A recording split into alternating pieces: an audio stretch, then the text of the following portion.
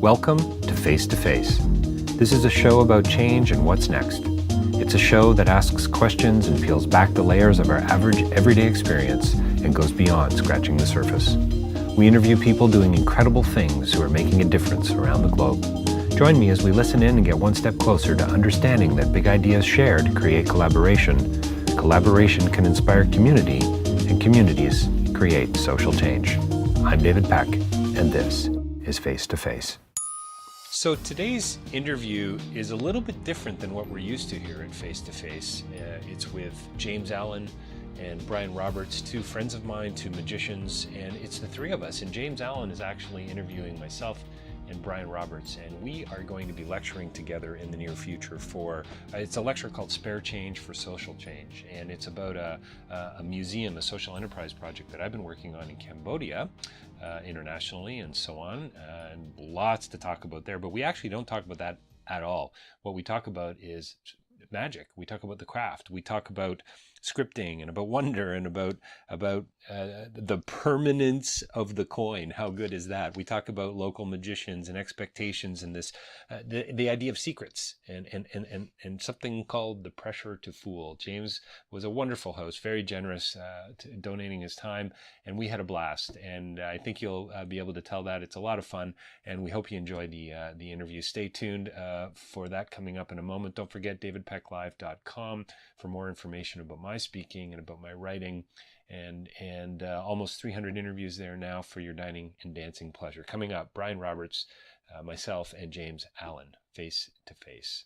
So welcome to Face to Face today. So we're in the middle of a conversation trying to figure out how to actually get this interview to start. So James, are you going to introduce me, or am I introducing you, introducing Or you Brian? can introduce me. Brian, why don't you introduce David, introducing me, and then I'll introduce you. I could do that. I could just introduce myself and then... Yeah, but what about me? Maybe you guys, I don't know. This will become the podcast representation of an Escher painting. That's exactly right. Digital Escher.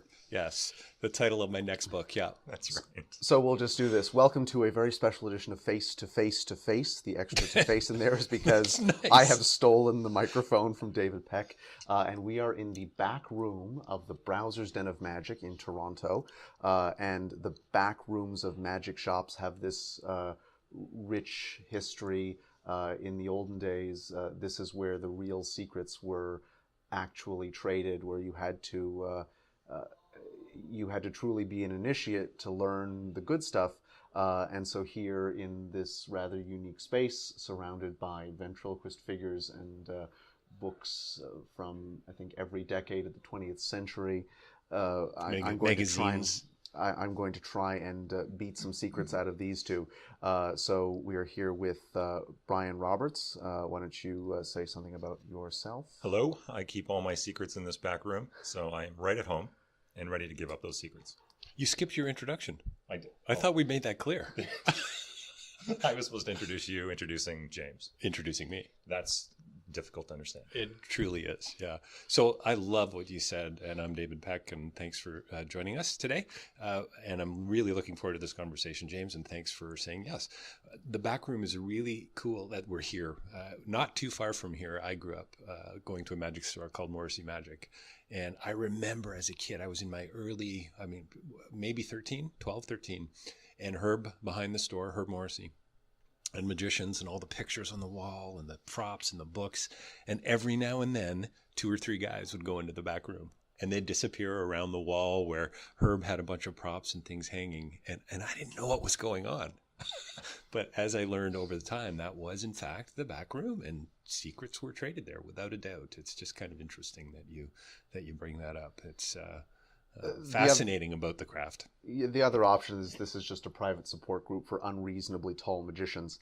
I think if your friend Tyler Wilson can join us, I think we would have 90% of the height. How tall are you, James? I'm 6'1". 6'1". I'm 6'5". 6'2". Wow. I'm not used to being the shortest person in the room. This is awkward for me. I'm not used to being the shortest person in the room at 6'1". Yeah. Interesting. It's intimidating. A little bit, yes. Have you seen the size of the shoes this guy wears? Yeah. They're clown shoes, but... So when, pray tell, is this interview going to start? Anyway? I have no idea. I'm wondering that myself. I'm actually interested to know how the two of you met, because I think you have known each other longer than I've known either of you, and maybe even combined. So that's going to be an interesting story because we probably have different perspectives on that. I think we do. And it really is kind of interesting just from a community-based perspective, too. As magicians, you meet at magic clubs, you meet at magic stores and lectures and things like that. But you know what, James? I actually don't know. So I'm going to introduce the guy who's going to answer that question for you. Thanks for the introduction, David. You're welcome. That's great. This is the only introduction so far in this interview. For me, it was Ring 99 at the Madison Pub.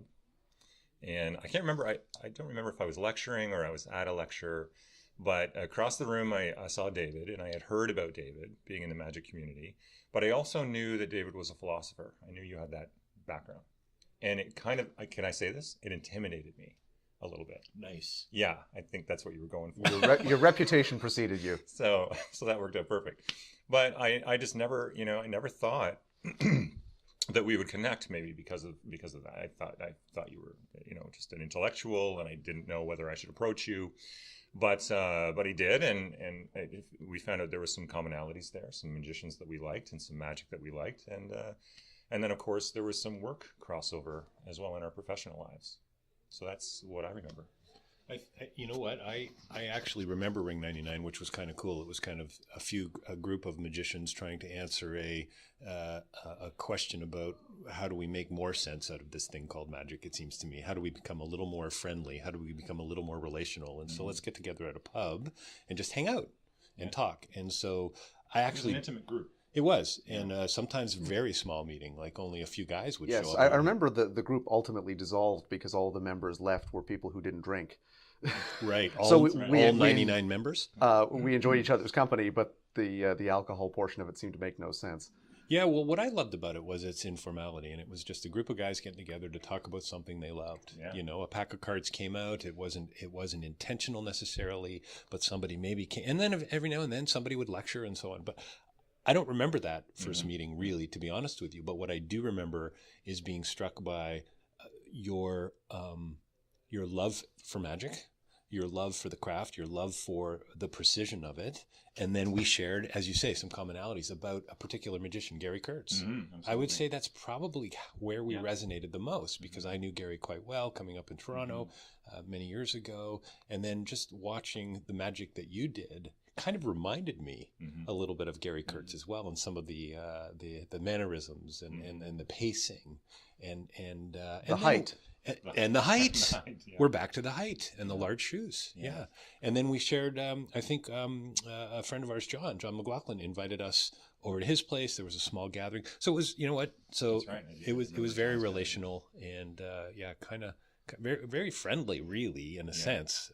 Clearly around magic, but other areas resonated as well. So there's a particular style of magic that comes to mind when you mention performers like Gary Kurtz. I mean, there's a lot of what nowadays gets called finger flicking or knuckle busting, sleight of hand. And there are people who love that sort of thing, and there are people who sort of poo-poo it as not being very practical. But you both have an interest in that sort of thing, material, which is not necessarily easy to do, but is that fair to say? Absolutely. I think that's what drew me to Gary's work initially, was his facility for cards and coins and all things close-up magic, for sure. It also, I have to tell you, I looked for someone, if to be a student of, if you could say that, that was close in stature, because my hands are so large. Gary's were very, very large hands. I saw that. So the way he handled a pack of cards, the way it looked in his hands, it looked familiar to me. Whereas some of the other magicians I was studying, it didn't. And so some of the moves and things that he was explaining and were in his book seemed to come a little bit easier, maybe because of that. I don't know. But I also like the personality of his performance style.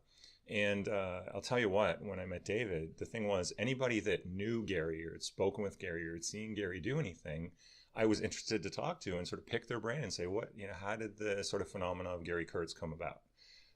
So that was really interesting to me. I think, it's interesting, James. I wouldn't say I'm out of the magic community now, but I'm not as connected to it as I once was, and I don't perform as much as I do for sort of the real world as I used to, and so on. But I'm still deeply involved in reading all the time, and there's never a day goes by where there aren't some coins or cards in my hand. But I think what I love about people like Gary is Gary didn't look like finger flicking. Mm-hmm. It really didn't. It looked very natural. It looked, I mean, honestly, I think of the few magicians in the world that still knock my socks off, Gary would be probably pretty close to the top of the list. And he could, I don't know what he's doing really today. I haven't spoken to him in years, but he consistently fooled me and took me somewhere that other magicians wouldn't. Mm-hmm. And it looked like real magic. And what right? is that it a product like of? Is that just... I think it's a stylistic thing to some degree, mm-hmm. but I think Gary had a presence about him. I mean, Gary's a dancer, understanding of theater and so on, and certainly gone that way now in his later in his career with mentalism and the mm-hmm. theatrical productions and so on. But yeah, there was a charisma there to Gary that I don't know that a lot of performers that I've known over the years have. And so he was intensely watchable and had an incredible amount of knowledge around a particular kind of magic. And so, yeah, maybe it would be called finger flicking if you watched it live today. But for me, the finger flicking today is more showy. It's about me. It's about, isn't this wonderful? Look how great I am. Whereas, man, maybe you don't mean it that way. Maybe you mean... Well, no, there's a separate discipline. They now call it, as it relates at least to playing cards, they now call it cardistry. And they had a couple of... I think failed attempts at branding. At one point it was called extreme card manipulation. Right. But cardistry seems to be the name that has stuck, and that's very much more the act of doing something which is more like juggling with playing cards, and they're not necessarily achieving anything something magical. Something would have said not to do. Yeah, and is that something that people like Gary are responsible for? Like, is that the next stage in their evolution, or is this... is the cardistry sort of thing something that Gary would go, no, you haven't quite got it? Mm-hmm. Well, I think Gary was truly interested in the effect, and what is this going to, what kind of a reaction am I going to get? He wanted to fool you. Mm-hmm. This was about wonder. This was about mystery. It was also about theater, and it was about going a little deeper than that. But I never got the sense from Gary that it was, even though it might have been about him and driven by ego, it wasn't really, in performance at least. I don't know. Do you feel the same way, Brad? I do. And you know, having been lucky enough to talk to him in recent years on the phone, and talk to him about those routines and how he put them together and why he put them together. It's interesting today because he has a completely different outlook on it. He doesn't believe in any of that work that he did, even though it created a magical effect. He actually thought it was just finger flicking. He thought it was just manipulation and kind of showing off. And it was striking for me to hear that as a fan of Gary, that he wouldn't go down that road today. I remember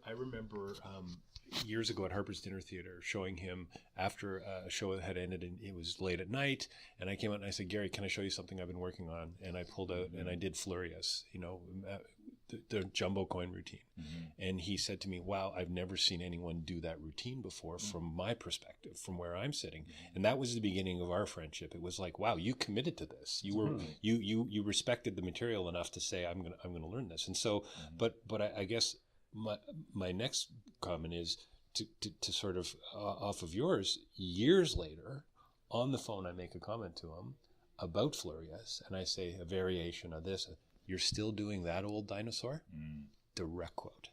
You're still doing that old dinosaur. Mm-hmm. And so that's just, it's interesting, right? His evolution is such that he's gone more to the stage, more to mentalism, more to the theater of it. It's a different kind of mystery, it seems to me. Mm-hmm. And that seems to be a common thing among many performers as they get older, is you reach a certain point where you look back, and it seems to be inevitable, where you look back at the things you did 10 years ago and invariably say, no, now I think that's crap, where you just go through this evolution. I'm curious because I've never met Gary. I've seen a tiny bit of video. When you watch Gary Kurtz, do you get the impression that you are watching magic, or do you get the impression that you are watching expert manipulation? Like, does it feel like the hand is quicker than the eye, or does it feel like that more Vernon style of, but he didn't do anything, how is this happening? Every time I saw Gary, he pretty much fooled me. And I might have seen this same routine before, and he would still fool me. And it was about the misdirection. It was about the beat. There's for me, Lance Burton also, same. I've seen Lance Burton's act from Carson hundreds of times. Local magician Colin Bartlett and I used to stay up late at night after working a club called Houdini's in Toronto and watch Lance Burton and Joseph and others from old tapes. And he would consistently fool us. And I think, Gary, for me, it was magic. It was magic. I mean, every now and then, you'd catch a flash, or you'd go, "Oh, geez, Gary, maybe you need to work on that a little bit." But for me, it was honestly, it was mysterious. It was wonderful. It truly was. Mm-hmm. Yeah, it's similar for me. The moments of magic and the fooling was there 100%. I think where it probably went away sometimes was in the coin manipulation. The longer routines where you can just see a lot of the hand washing, and things like that. Yeah, but very certainly. mechanical. Certainly with other routines, I thought they were so well structured that they fooled me badly when I was watching them. And I think that added to the lore and to the interest of watching Gary's work as well. I wanted to mention his show on mentalism for those who haven't gone to see it. It's funny because if you studied Gary, studied the scripts and the tricks, he uses actually today a lot of those same scripts in his mentalism act. So it's just funny when he talks about time and moments in time, he's actually using lines from some of the card work that he used to do. So he hasn't, even though he's made this huge change, his style and his sensibilities have not changed all that much. So I thought it worth noting. And I think a lesson for all of us is that he continued to, I guess, mature and to grow out of and to go beyond, to your point, James, that it seems like a lot of magicians experiment as they get older with mentalism. That does seem to be the inevitable path that we're all driven to. I'm fighting very, very hard myself to not go down that path, just because I'm watching everyone around me take it. And we talked about it with Magic Tonight, that there was so much mentalism happening, and we, both of us, I think, chose to try and still do magic. It's difficult. It's you've both experimented with doing material for a larger audience. Now there's this mythical thing that we keep hearing about from time to time in Toronto, which is David Peck's coin act, and something called Abbott's gets mentioned along with that. Wow, nice. I bet you in some of these piles I can see a Topps magazine from here. There's a review in how tragic is this, in a 1987 Topps magazine about my coin act, where I was fortunate enough to have won the competition, and it was incredible. What a great experience! What an incredible experience! So, what was this mythical coin act like? So the mythical coin act was actually, it grew into a 15-minute. I like to think vaudevillian style act, tales the works. To music, and it involved a zombie ball, floating ball. It involved some candles appearing and vanishing, and a cane or two appearing and vanishing. And throughout, though, coins just kept appearing at my fingertips, and magically, hopefully, for the most part. And so it was often used as an intro to a variety show in Toronto called A Little Night Magic. But then I was fortunate enough to actually get to work it for quite a few years, working what a lot of local performers would affectionately refer to as phone shows, boiler room shows, I guess you could call them as well, some of the older school magicians. And we worked, there were a lot of us who worked around Ontario and out west and out east and sometimes down into the States. I got to go to Hawaii doing these phone shows, and they were perfect opportunities for me to really hone my skills as this kind of old vaudevillian coin manipulator. And it's mythical's fun, but it was a real act. And cane, top hat, how many the whole years works. would you have put into that act? Yeah, great question. So I'd have to go back and see, but I actually won the Stouffville Magic Competition back in the early 80s, and I can see the poster, but I don't know the year. If Matthew DeSero was here right now, he'd tell me, because he's got the poster framed on his wall. 85 maybe? Okay. 83?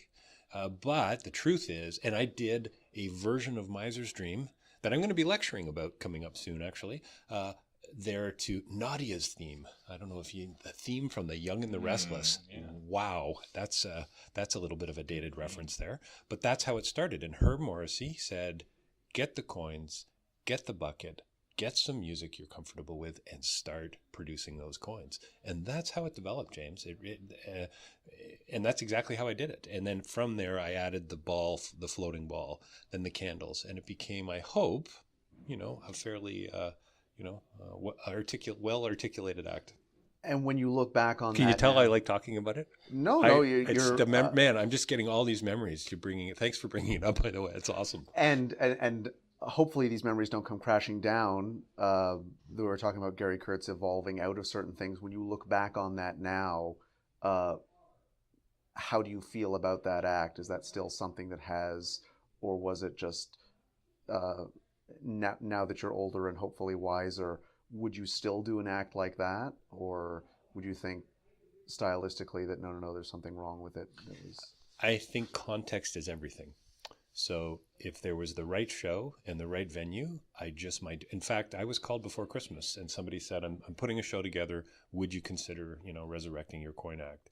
And I don't even know if I'd fit into the tux that I wore. I had shoes made for the act. I took it pretty seriously, and that's thanks mostly gimmick to her, Marcy. shoes. Yeah, I wish they were gimmick shoes. No, they were just. No, you say you have shoes made. Yeah, that's right. Yes, clown shoes. Yeah, we're back to the clown shoes. No, just patent leather shoes that were very distinctive to me and different. And I tried to be a little different, with my tux and how I wore it and so on. Are there many venues for that kind of classical magic anymore? I don't know. You would know better than me, James. You're out there doing it. But I've had this conversation a lot recently where I think it's a product of the times. A lot of it has to do with a cost of transportation, whether it's flying places or driving places, that nobody has the inclination or the budget to try and put together a show which is made up of 15 minutes at a time. When I get phone calls for shows, the number that comes out of most people's mouths is they want an hour. And that's just because people think of blocking conventions or events or whatever in terms of we need something for the 9 to 10 o'clock slot. So that, I don't think there really are places where you can do just 15 minutes. Well, there are not too many that I know of. There are not too many dinner theaters that are hosting magic shows anymore. There was in Toronto for many years, and I think they've been around. And there are some places that are still doing it well. And you've figured it out, and with Magic Tonight, and there are various venues, Bobby Mata, and so on locally. There are others that seem to be doing this kind of weekly, ongoing magic show. Classical magic show, I'm not sure if that would work. However, I guess it would be kind of like the murder mystery kind of dinner theaters. You do see those from time to time when you're driving into a small town. Mm-hmm. You'll pass by a theater, the Aurelia Playhouse or something like that, and you'll say, oh, murder mystery happening next week. Would they be able to manage that weekly? I don't know. But listen, I have incredible memories. Fond memories of people I worked with, the places I was able to travel with, what I learned, and I love doing that act. I'm feeling it right now. Seriously, I can hear the music. The curtains are opening. I'm walking out. Like honestly, it's. So I'm getting actually just now. I'm getting some shivers. I'm getting goosebumps on my goosebumps. I'd love to do it again, but honestly, I don't know if I'd have the. But no, my question to you, but you still hold it in that high regard as something which is still worth doing. It's not like some of the finger flicking that someone like Gary Kurtz would have left behind years ago. It still has, you think... There's resonant value to it, for sure. And I think in the right setting, it would go over very well. I think in the other setting, it would be incredibly dated and would be inappropriate. Yes. Keeping on the subject of coin magic, Brian, you were also... I think reasonably well known for coin magic as a sort of specialty, even though I know that's not all you do. Mm-hmm. I tend to find when I talk to other magicians and when I travel, there is a popular opinion that there is something wrong with coin magic, that it's really not worth pursuing. And is there a succinct way of maybe explaining why is coin magic not broken? Mm-hmm. Would you like me to introduce you now, Brian? You could. Yeah. Ladies and gentlemen, Brian Roberts, direct from, I don't know, where do you live? Bathurst and Eglinton? Bathurst and Eglinton. Was that about 4 kilometers away? Yeah, pretty close. So you went all out for today's interview. Yeah. Your thoughts, please, on coin magic. My thoughts, and just so I understand that you're asking, you're mentioning it's not broken. Well, we seem to be in the minority of people who do coin magic without embarrassment. Mm-hmm. And no, there are lots of people who really look down on coin magic. Mm-hmm. And why do they look down on it? that's kind of new to me, I think. Oh, have you never been to a convention where people say, "Oh, it's just a stupid coin trick"? Or you're a coin guy instead of you've never experienced that. Yeah. I don't think so. Maybe when I'm walking away from a crowd, that's what they're saying. He was No, a I think real this is coin magicians, guy. not real. The most well-articulated takedown of it I've ever heard is that in the days of vaudeville, you could produce a coin and it would like something like a $50 or a silver dollar, and it connoted real wealth. Like a dollar meant something. Whereas now, if you're in Canada and you're doing a trick with $1 and $2 coins, I mean, It's just a coin. yeah, you're producing your wealth one cup of Tim Hortons at a time, which is not a very efficient use of magic. I'd have to go back, but I'm pretty sure Bobo in Coin Magic talks at great length about the wonders, the litmus test-like nature to doing coins, to the Miser's Dream in particular, but to coin magic. Yeah, as the a whole. permanence of the coin. That it's not like a card. It's a very permanent object that you can make vanish, change places. But to get back to your question, so I've spent a great deal of time having this conversation with a good friend, Morgan Bonda, who I know, or Morgan Pierce now, who we both know. Morgan something or other. Yeah, Morgan is one of those magicians that I would was definitely be one of those guys that I was thinking of. Yeah, which is funny because we're good friends, and I had to sit through some of those conversations where he was kind of. It's not easy to sit down with someone who wants to explain why your chosen field of study sucks. That's right. Yeah, but what does Morgan know anyway? No, but apologies, really? Morgan. I love you. The thing is, he had some great points about it, and he would be the first to say that, wow, our conversations actually really helped. And he used to say, and I think it's right, is that coin magic can be limiting in its narrative and its story and the way you present it. So that alone means that, you can sit through 20 card effects and have 20 different stories and ways, but sit through 10 coin effects, and there's a good chance that there'd be a lot of crossover. So, having said that, because of those conversations I had with Morgan, I work extremely hard to make each effect as interesting as a card effect, let's say. There's a lot more story. There's a lot more interaction I try to build in. There's a lot more talking than in regular coin magic, which seems to just be visual, and you don't even have to say anything. That's probably another drawback of it. Is it dead? I'm not sure. Hopefully not. But okay, so can I say something? I just think it's hard. I think it takes a lot of work, and I think it's not maybe as immediate. So therefore, right? Immediate in its facility, you mean, in its ability to do well. So I mean, how many times have you seen coin tricks that are done poorly? I mean, there's not many self-working coin tricks. No. There's a few nickels to dimes.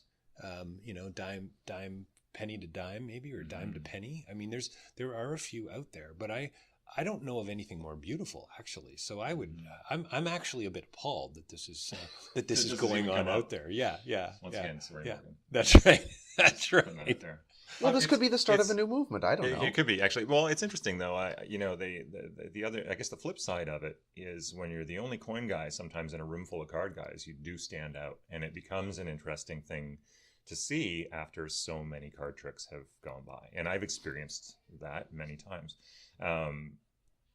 So yeah, I think about 4F. I'm lucky enough to go to 4F every year, and when I see people and the amount of card work that goes on, there's like 8 shows a day, and you see card tricks after card tricks after card tricks, and then somebody will come up and do something different, maybe not coins, but some other micro magic like effect. It becomes very interesting in that regard. So you can also stand out a great deal as well. Back to you, Dave.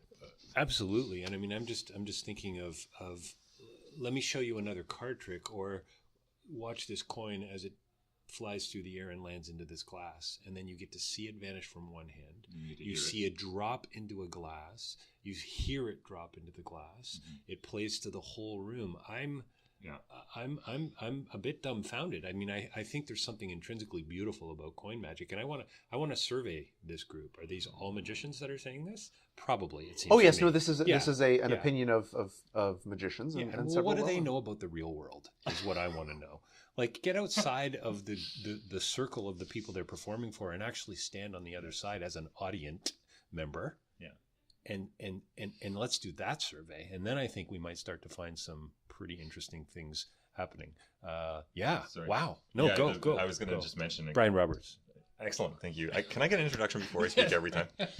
I was going to mention too Tyler Wilson, who was a friend of all of ours as well. One of the best stories of somebody kind of dissing coin magic was, I think in his book, he mentions to find something to cut on, and he uses Bobo's coin magic to do so. So there you go. I mean, but again, I've sessioned with Tyler quite a bit, and he also appreciates coin magic, and he'll be the first to joke around about it. But I also think there's an appreciation there as well.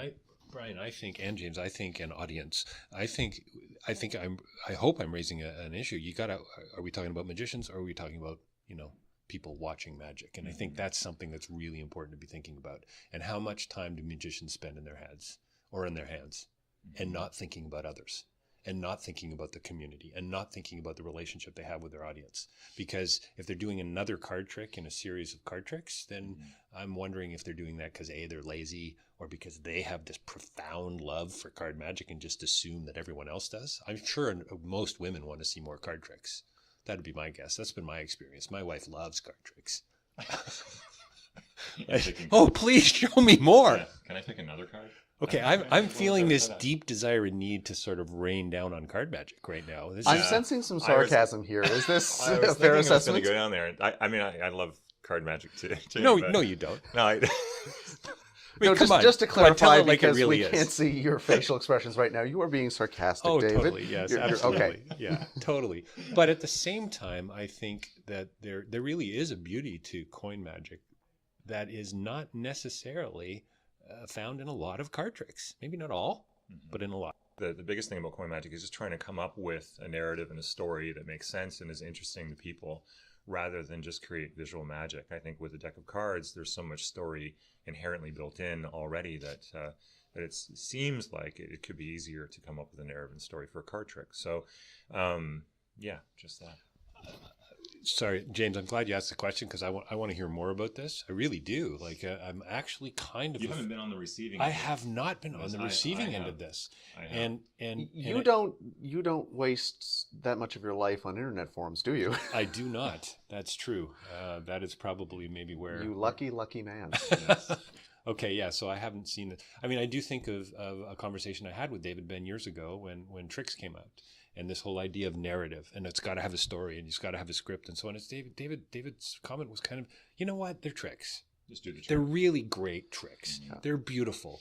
There's something intrinsically beautiful about them that demands your attention, and I think most magic is like that. I would like to think it is, but coin magic in particular, and obviously my bias is coming out here without a doubt, and I love card magic. But at the same time, I think there's something quite lovely about a coin being placed in the hand and vanishing. It's something that everyone can relate to immediately. There is something that David seems to be fighting for, and I agree with him, and I think it's a worthwhile endeavor, is trying to get magic to the point where it can stand on its own as its own genre of performance art, that you do not have to sell magic as a subset of theater. You do not have to sell magic as a subset of stand-up comedy. It stands on its own as something which has merit and interest just in the tricks themselves and the impossibility of things happening and the aesthetic of mystery.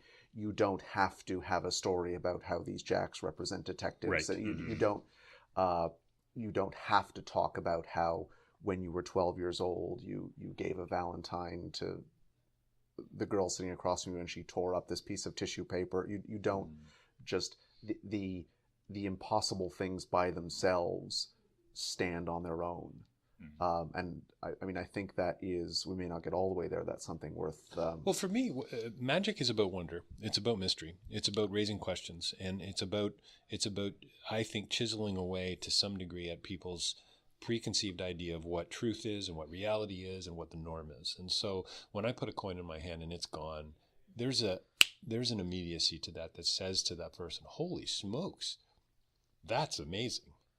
And it's a tiny reminder of the way it used to be as kids, as children. And then at some point in our life, we go through this wretched thing called education, and it ruins everything, right? And that mystery and that wonder is pushed out in favor of something else and something other. And that's what I think I love about magic. And so for me, back to kind of come full circle, that's how Gary made me feel. When he would do a routine, when I saw Flurious for the first time, I was, wow, this guy's a real magician. This is unbelievable. This is beautiful. So just to push back on that a tiny little bit, I'm not sure why I get cast as a devil's advocate, but when you say this wretched thing called education, is magic something which is in opposition to our learning about the world and learning how things really work?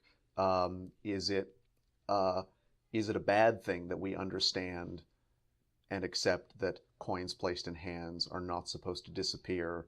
Are we trying to hold on to something that is not worthwhile? I mean, I think it's a bad thing if we think that's the only avenue to truth. If we think that's the only avenue to knowledge, if we think it's the only avenue to understanding. And so to have a coin placed in our hand and have it vanish is a good reminder that, whoa, things are not quite the way they may always appear. And there's more going on than meets the eye. And it's time to peel back the layers of that onion to say, hey, I got to ask a different question. I got to go a little deeper. So this act of lying to people for their own benefit sort of thing is, I just want to be careful that you're not... Yeah, it's Jay Sankey and I have had this conversation for years about, the deception and the lies of magic. I don't see it that way, I don't think. I see it as a reminder that there is a mystery, right, to the universe. There is a mystery to my understanding of Brian Roberts and James Allen that I'm never going to quite be on the inside of. And that's part of the magic. That's part of what it means to be friends and so on. I'm just questioning the notion that can you move towards truth through actively deceiving people, right? The coin is not actually vanishing from your hand. You're doing something deceptive and surreptitious. And so is this... I don't think they're going to be better people to know that I really indwelled page 393 of Bobo's Coin Magic, and that's how I made that coin vanish. I don't think that's going to be helpful to them. What I think is going to be actually helpful to them, long term, is to say, wow, this world is a crazy place. That's awesome. Isn't that beautiful? Now what? Does that I'm sorry, Brian, we've come full circle. We're back to intimidating philosopher David that you don't want to interrupt. Sorry. I'm going to leave now. Am I? Can you get those shoes on? Yeah. Am I just being way too idealistic about a coin vanish? No. And I given this a great deal of thought as well, but I think there is an expectation of people today with magic that wasn't there before, because magic is in the mainstream now. It's in movies. They make movies about it. You see it on television programs, you see it on Netflix, you see it on Crave, you see it everywhere on the internet. And I think that there are no illusions here, no pun intended, from people. I think there's an expectation there, though, of great magic. They expect it if they're watching a magician. So there's even a little bit more pressure now to fool, a little bit more pressure now to perform, to be good, to make the coin vanish and then open the other hand and show that it is completely vanished. I think that's where we're at now. Well, and in some ways, Brian, aren't we too? And James, you know better. You're more connected to the younger crowd. You vanish the coin, and now you got to pull it out of your ear, or out of your eyeball, or something, right? There's like this line that somehow has been this David Bellanian, Chris Angelian line that's been crossed, right? Got to pull the thread out of my eyeball, kind of stuff. Yeah, it's certainly gotten to the point now. I think with millennials and Gen Zers coming up, that those target markets are going to expect more. They've seen on TV. Whether the things they've seen on TV are actually being done by sleight of hand or by camera trickery or a clever edit, there's certainly an expectation there. The other thing that's good about millennials that I think is going to help magic is that millennials love authenticity. And I think as long as you're authentic in your act, in the way you perceive magic and present magic, I think that's going to be extremely helpful. So even if they don't think they're being fooled, even if they don't think the coin is vanishing completely, I think they can appreciate the artistry behind an authentic act. Hopefully that's where we're headed. I think that demands that you do more card tricks. Maybe. Leave the coins at home. Maybe. Yeah. Maybe. I think that's the lesson, really. The takeaway today, is it? Yes. Brian, you mentioned fooling people, so I'm going to take us down this wretched rabbit hole of does it concern you that somebody could watch you perform and within about 6.5 seconds be on their smartphone looking for the explanation of how that was accomplished. Does that keep you awake at night? Yeah, no, it doesn't actually. I mean, again, you sleep soundly. I sleep soundly. Yes, maybe not last night, but I was nervous about David Peck in this interview. But no, I was too. It doesn't actually, because we spoke before about maturity. I like to entertain. Whether it's making somebody laugh or whether it's showing them a trick that will fool them for a few moments, I like to entertain. So if someone wants to go and search it out and look it up, it doesn't really bother me at all. I'm grateful for the fact that for those few moments I could be in front of some people and do some magic and really try to be as entertaining as I can be. So that's where my focus is now. Certainly Magic Tonight, what we did, that was my goal really, was it would be great if I could fool them and maybe fool people for a long time, because I think fooling is part of magic inherently. Without that, I think it's just another performance art of some sort. But it certainly isn't a focus, for sure. I mean, I used to be more concerned about this than I am. I remember earlier on adding things to my repertoire, and as part of that process, I would actually go on YouTube and search and see what the young people sitting in their pajamas on their beds in front of a webcam were teaching as explanations for these effects. And I actually made it a point to make sure whatever they were explaining, I wasn't doing that. That's interesting. Like I would actually, I've since That's long quite ago, a commitment, James.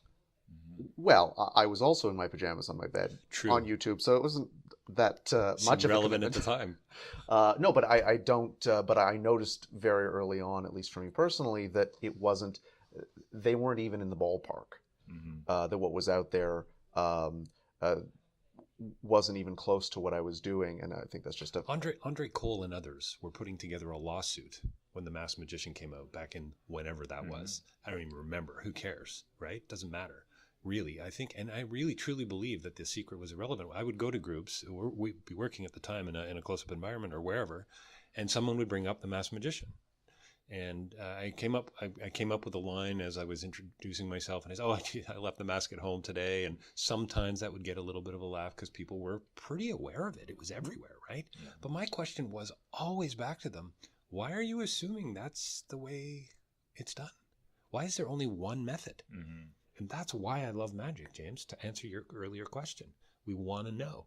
We assume this is it. 2 + 2 = 4. It does. But magic reminds us that maybe life's not always quite that mathematical or analytical, or sometimes it's a little harder to get your head around, And so there are solutions, there are answers, there is knowledge, there is truth. I'm not denying that for a second, but boy, that moment of wonder that takes us back to that place where we didn't necessarily know is a pretty cool place to be, it seems to me. It's a moment of discovery is what it is, it seems. Anyway, there we go, back to the idealistic edge. There we go. And I'm curious from both of you, actually.